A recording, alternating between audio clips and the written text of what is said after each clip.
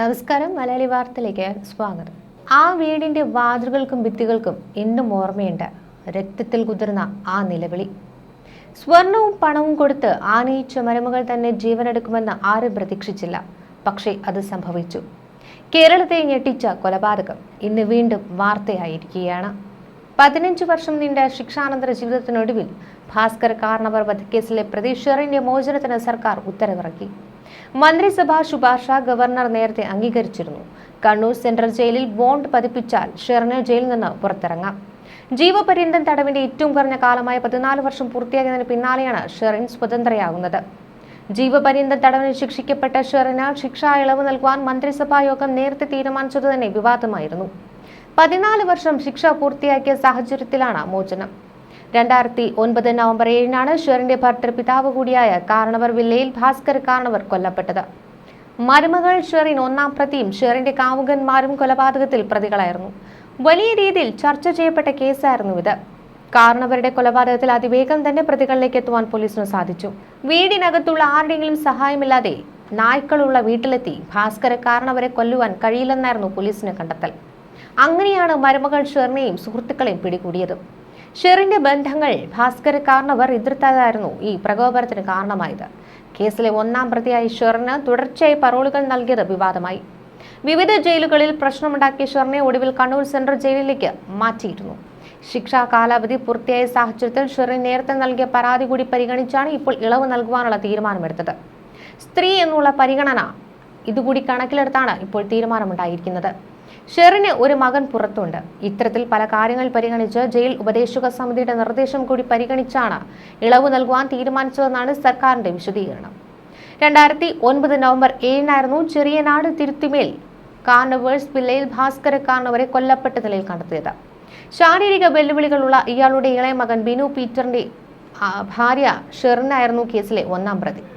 ഷെറിന്റെ സുഹൃത്തുക്കളായ കോട്ടയം സ്വദേശി ബാസിദ് അലി, എറണാകുളം വെളൂർ സ്വദേശി ഷാനൂർ റാഷിദ്, എറണാകുളം കളമശ്ശേരി സ്വദേശി നിതിൻ എന്നിവരാണ് കൊലപാതകത്തിൽ ഈ ഷെറിന് സഹായം നൽകിയത്. മൂവരും തടവ് ശിക്ഷ അനുഭവിക്കുകയാണ്. മകൻ ബിനുവിന്റെ ഭാവി സുരക്ഷിതമാക്കുക എന്ന ലക്ഷ്യത്തോടെയാണ് ഭാസ്കർ കാർണവർ ഷെറിനുമായുള്ള വിവാഹം 2001-ൽ നടത്തിയത്. 2009 നവംബർ 8-ന് രാവിലെയാണ് ചെങ്ങന്നൂർ കാർണവേഴ്സ് വില്ലയിൽ ഭാസ്കർ കാർണവർ എന്ന 65-കാരനെ കൊല്ലപ്പെട്ട നിലയിൽ കണ്ടെത്തിയത്.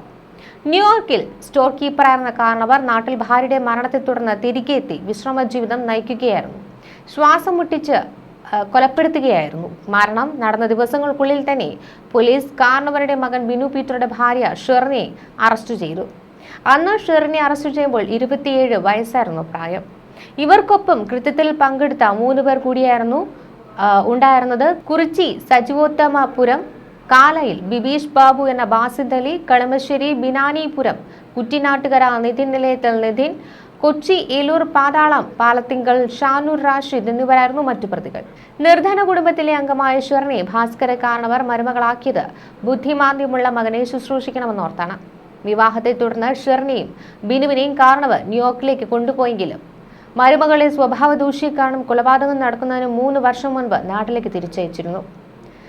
ഭർത്താവിന്റെ പണത്തിൽ ദൂർത്തടിച്ചു നടക്കുവാനും ഇഷ്ടമുള്ളവർക്കൊപ്പം കഴിയുവാനുമായിരുന്നു ഷെറിന് താല്പര്യം. മകന്റെ കാര്യത്തിൽ തന്റെ കണക്കുകൂട്ടലുകൾ തെറ്റിയെന്ന് മനസ്സിലാക്കിയ കാർണവർ പ്രവാസി ജീവിതം മതിയാക്കി നാട്ടിലെത്തുകയായിരുന്നു. ഇതോടെ സ്വൈര്യവിഹാരം നഷ്ടപ്പെട്ട ഷെറിൻ അസ്വസ്ഥയായി. തന്റെ ആവശ്യങ്ങൾക്ക് പണനിയന്ത്രണം വച്ചപ്പോൾ ഈ പക കടുത്തു. സ്വത്ത് വിഹിതം വെച്ച ആധാരത്തിൽ നിന്ന് തന്റെ പേര് ഒഴിവാക്കിയെന്നറിഞ്ഞതോടെയാണ് കൊലപാതകമെന്ന രീതിയിൽ കാര്യങ്ങളൊക്കെ നീക്കിയത്. സുഹൃത്തും കാമുകനുമായ ബാസിദ് അലിയെയും ഒപ്പം കൂട്ടി.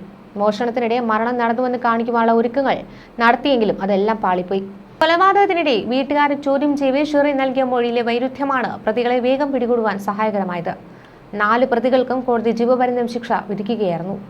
വിവിധ കുറ്റങ്ങൾക്കായി 3 ജീവപര്യന്തമായിരുന്നു ഷെറിന് ലഭിച്ചത്. കേസിൽ ശിക്ഷിക്കപ്പെട്ടിട്ടും ഉന്നത ബന്ധങ്ങൾ ഉപയോഗിച്ച് തനിക്ക് ആവശ്യമായ സൗകര്യങ്ങളെല്ലാം ജയിലിൽ ഒരുക്കിയെടുക്കുകയായിരുന്നു ഷെറിൻ. ഷെറിൻ പിടിയിലാകുമ്പോൾ ആ കുട്ടിക്ക് 4 വയസ്സായിരുന്നു. അന്നത്തെ 4 വയസ്സുകാരൻ ഇന്ന് മുതിർന്ന കുട്ടിയായി. മകനെയും ബിനുവിനെയും സഹോദരങ്ങൾ അമേരിക്കയിലേക്ക് കൊണ്ടുപോയി. ചെറിയനാട്ടെ കാർണവേഴ്സ് വില്ല ഇന്ന് അനാഥമാണ്. കണ്ണൂർ വനിതാ ജയിലിലായിരുന്നപ്പോൾ ഷെറിന് ജോലി ടൈലറിംഗ് ആയിരുന്നു. വാർഡന്മാരുടെയും സൂപ്രണ്ടുമാരുടെയും ഒക്കെ ഒട്ടാശയിൽ അടിച്ചു പൊളിക്കുന്ന ഇവർ ജയിൽ അന്തേവാസികളുമായി ബ്ലൗസും പുറത്തു വിൽക്കുന്നതിനുള്ള നൈറ്റുമാണ് തുന്നിയിരുന്നത്. ഒരു ദിവസത്തെ തയ്യൽ ജോലിക്ക് ഷെറിന് 126 രൂപ ശമ്പളം കിട്ടും. ഇതിനു പുറമെ ഷെറിന് ജയിൽ അക്കൗണ്ടിൽ മണി ഓർഡറായും പണം എത്താറുണ്ട്. തയ്യൽ കേന്ദ്രത്തിൽ എത്തുവാനും പോകാനും ഷെറിന് മാത്രം സമയം ബാധകമല്ല. താരസുന്ദരി പരിവേഷമുള്ളതിനാൽ പല തടവുകാരും ശുപാർശയും മറ്റു കാര്യങ്ങളുമൊക്കെ നിർവഹിക്കുന്നതും ഈ ഷെറിൻ വഴിയായിരുന്നു. സൗന്ദര്യ സംരക്ഷണ ഉൽപ്പന്നങ്ങൾ സന്ദർശകരായി എത്തുന്ന പ്രമുഖർ തന്നെ ഷെറിന് എത്തിക്കാറുണ്ട്. ഡോവ് സൂപ്പിലാണ് കുളി, ഡോവിന്റെ തന്നെ ഷാമ്പു, യാർലി പൗഡർ ഇതൊക്കെ ഷെറിന് മാത്രം സ്വന്തമാണ്. ടൈലറിംഗ് ജോലിയാണെങ്കിലും ജയിലിലെ കിച്ചന്റെ പൂർണ്ണ ഉത്തരവാദിത്വവും ഏറ്റെടുത്തിരുന്നു. കണ്ണൂരിലേക്ക് മാറ്റമുണ്ടായിട്ടും മാവേലിക്കര സ്വദേശി ഷെറിന് വിസിറ്റർമാർ കുറവില്ല. പരോളിൽ എത്തുന്നത് ക്രിസ്റ്റയും ഫോർച്യൂണറും പോലുള്ള ആഡംബര വാഹനങ്ങൾ. ഇക്കാര്യമൊക്കെ സംസ്ഥാന ഇന്റലിജൻസും റിപ്പോർട്ട് ചെയ്തിട്ടുണ്ട്.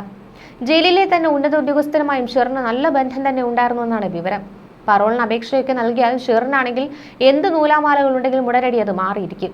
ദക്ഷിണ മേഖലയുടെ ചുമതല ഉണ്ടായിരുന്ന ഒരു ഉന്നത ജയിൽ ഉദ്യോഗസ്ഥൻ മുൻപ് ഷെറിന്റെ പേരിൽ പഴി കേട്ടിരുന്നു. ജയിൽ ഉദ്യോഗസ്ഥർക്ക് അത്രയും പ്രിയപ്പെട്ട തടവുകാരിയായിരുന്നു ഷെറിൻ.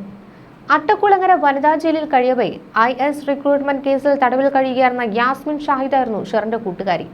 പിന്നീട് ഇവർ തമ്മിലെ പിണക്കവും അടിപിടിയും ജയിലിലെ സ്വൈര്യത നഷ്ടപ്പെടുന്നതിനെ തുടർന്ന് യാസ്മിനെ വിയ്യൂരിലേക്കും ഷെറിനെ കണ്ണൂരിലേക്കും മാറ്റുകയായിരുന്നു. വിയ്യൂരിൽ നല്ല നടപ്പായതിനെ തുടർന്ന് യാസ്മിനെ തിരികെ അട്ടക്കുളങ്ങരയിൽ എത്തിച്ചുവെങ്കിലും ഷെറിൻ കണ്ണൂരിൽ തന്നെ തുടരുകയായിരുന്നു. ഇതിനു മുൻപ് 2017 ഷെറിനെ ജയിലിൽ മാറ്റിയിരുന്നു. അന്ന് വിയ്യൂരിലേക്കാണ് മാറ്റിയിരുന്നത്. അന്ന് അട്ടക്കുളങ്ങര ജയിലിൽ വിശിഷ്ട വ്യക്തികൾ എത്തുമ്പോൾ താലമേന്തി സ്വീകരിക്കുന്നത് ഷെറിനായിരുന്നു. മൊബൈൽ ഫോൺ വിളി പിടികൂടിയതോടെ അച്ചടക്ക നടപടിയുടെ ഭാഗമായാണ് അന്ന് വിയ്യൂർ സെൻട്രൽ ജയിലിലേക്ക് മാറ്റിയത്. അന്ന് അട്ടക്കുളങ്ങര വനിതാ ജയിലിലെ ചില വനിതാ വാർഡർമാരാണ് ഫോൺ വിളിക്കുന്നതിന് ഷെറിന് ഒത്താശ ചെയ്തിരുന്നത്. സിം കാർഡ് ഊരി മാറ്റിയ ശേഷം സ്വന്തം മൊബൈൽ ചാർജ് ചെയ്യുവാൻ ഉദ്യോഗസ്ഥർ ജയിൽ അടുക്കളയിൽ പ്ലഗ് കുത്തിവെക്കുമായിരുന്നു. ഷെറിന് കൈവശമുള്ള സ്വന്തം സിം കാർഡ് അതിലിട്ട് രഹസ്യമായി വേണ്ടപ്പെട്ടവരെയൊക്കെ വിളിച്ചിരുന്നു. ഇത് സ്ഥിരം പരിപാടിയായതോടെ അന്ന് ജയിലിൽ സഹതടവുകാരിയായി ഉണ്ടായിരുന്ന ബ്ലൂ ബ്ലാക്ക് മെയിലിംഗ് കേസിലെ പ്രതി ബിന്ധ്യാസും ഒരു ദിവസം ഫോൺ ചോദിച്ചു. എന്നാൽ ജീവനക്കാർ നൽകിയില്ല. ഇതോടെ ഷെറിന്റെ ഫോൺ വിളി ഉന്നതരുടെ ചെവിയിലെത്തുകയായിരുന്നു. സെല്ലിൽ നിന്ന് ജയിൽ ഓഫീസിലേക്ക് നടക്കുമ്പോൾ വെയിൽ കൊള്ളുവാതിരിക്കാനും ഈ ഷെറിന് ഒരു കൂട അനുവദിച്ചു നൽകുകയും ഒക്കെ ചെയ്തത് അന്ന് വാർത്തയായി മാറിയിരുന്നു. ന്യൂസ് ഡെസ്ക് മലയാളി വാർത്ത.